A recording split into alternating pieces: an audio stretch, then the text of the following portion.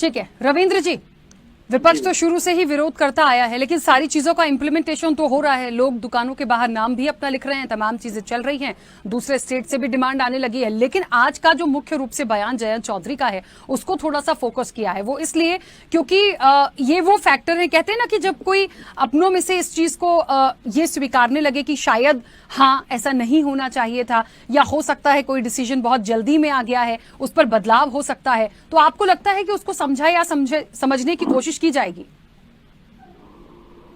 Ma'am, सर्वप्रथम तो श्री जयंत चौधरी जी के बयान का समाजवादी पार्टी स्वागत करती है। और जो आपने कहा कि उनमें से हैं, श्री जयंत चौधरी जी उनमें से नहीं है। क्या कारण है, उनके साथ हैं यह अलग विषय हो सकता है, लेकिन उनमें से नहीं।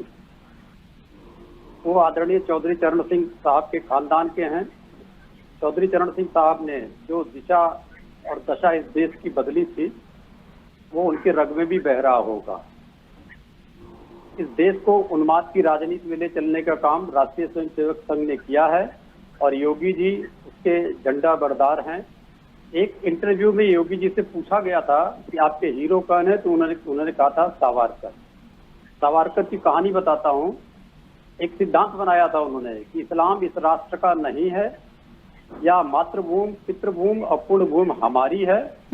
इसी पे आगे बढ़ते हुए गुरु गोलवरकर ने इसका समर्थन किया और कहा मुस्लिम चाहे तो अपना पहला नाम मुस्लिम या अरबी फारसी में रखे, लेकिन अपना सरनेम हिंदू मतलब भारतीय सरनेम रखे, संस्कृत या हिंदू का रखे। तो इसी चीज को आगे बढ़ा रहे हैं। इसका कारण है योगी आदित्यनाथ की जमीन, राजनीतिक जमीन खत्म हो चुकी है। भारतीय जनता पार्टी में वो चारों तरफ से घेरे जा चुके हैं। लगातार भारतीय जनता पार्टी को 2019 से झटके पे झटका दे रहे हैं, हार के रूप में और बदनामी के रूप में। सबसे गरीब प्रदेश बन गया, सबसे कम उत्पादन वाला प्रदेश बन गया, सबसे बड़ा कर्जदार प्रदेश बन गया, सबसे बड़ा आपराधिक प्रदेश बन गया। इन सब को छुपाने के लिए उन्होंने बहुत झूठ बोले, विकास के झूठ फोटो लगाए, इन्वेस्टर समिट के नाम पे झूठा प्रचार किया। अब जब सारी चीजें खुल गई हैं तो इस प्रकार का वो स्वांग कर रहे हैं और किसी प्रकार से यह हमारे संविधान के अनुच्छेद 19 और 21 के खिलाफ है। मुझे लगता है मैं बार बार हर मीडिया चैनल के माध्यम से माननीय उच्चतम न्यायालय से ये अनुरोध करता हूं कि किसी भी तरीके से इस प्रकार के आदेश को, ये कोई कानून तो है नहीं, एक आदेश है, इस आदेश को संज्ञान में लेते हुए वो वापस लें।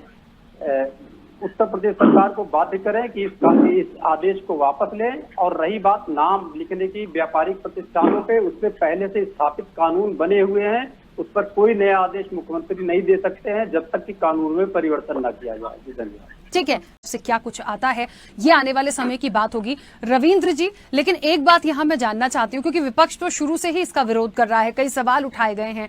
अब क्योंकि मामला सुप्रीम कोर्ट पहुंचा है, मैं बार बार इसलिए इस बात पर जोर दे रही हूं क्योंकि ये बात जब पहली बार चर्चा हुई थी इस विषय पर, तब ये कहा गया था कि क्यों एक राजनीतिक दल जाए। कोई राजनीतिक दल यदि जाता है सुप्रीम कोर्ट तो शायद ये आरोप हो जाएगा कि भाई आप हिंदू विरोधी हैं, कोई कह देगा आप इसके विरोधी हैं, तो वो कहते हैं हिंदू मुस्लिम वाले पक्ष पे आप चले जाएंगे। लेकिन मुझे लगता है कि एनजीओ की तरफ से तमाम चीजें गई हैं, उसको समझा सोचा गया है। जयंत चौधरी ने अपने विचार अलग व्यक्त किए हैं, तो शायद हो सकता है एक विचारणीय इस पर कोई विचार किया जाए। फिलहाल तो शुरू हो रही है, जो एक आदेश है उसके अनुसार ही तमाम चीजों को लेकर जाना है। लेकिन आने वाले समय में क्या इंतजार आप लोग भी सुप्रीम कोर्ट में जो याचिका गई है उसका करेंगे, या फिर लगातार जो विरोध जता रहे थे वो विरोध जारी रहेगा? राखी जी, देखिए, याचिका जो सुप्रीम कोर्ट में दाखिल हुई है उसका तो सोमवार को, मतलब कल ही सुनवाई हो जाएगी। सुनवाई पे क्या फैसला आता है या तो माननीय उच्चतम न्यायालय पे निर्भर करेगा।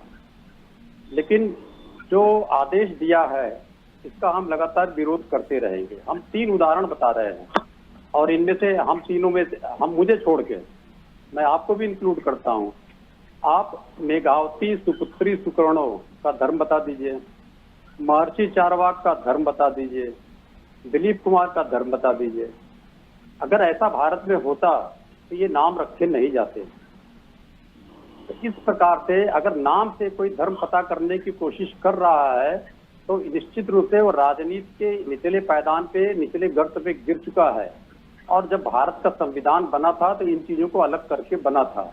तो निश्चित रूप से जो इस प्रकार का खेल भारतीय राजनीति को करना चाहता है, देश को बांटने का, समाज को बांटने का, वह हमको खाली देश के अंदर भय का वातावरण ही नहीं, अंतर्राष्ट्रीय स्तर पे भी हम लोग की बदनामी करा रहा है। मैं पहले भी कह चुका हूं कि इंटरनेशनल वॉच लिस्ट में हम लोग बहुत अंतिम पायदान पे हैं, जहां पर ये कहा जाता है कि हम डिस्पैरिटी करते हैं, भेदभाव करते हैं जाति के आधार पे, धर्म के आधार पे।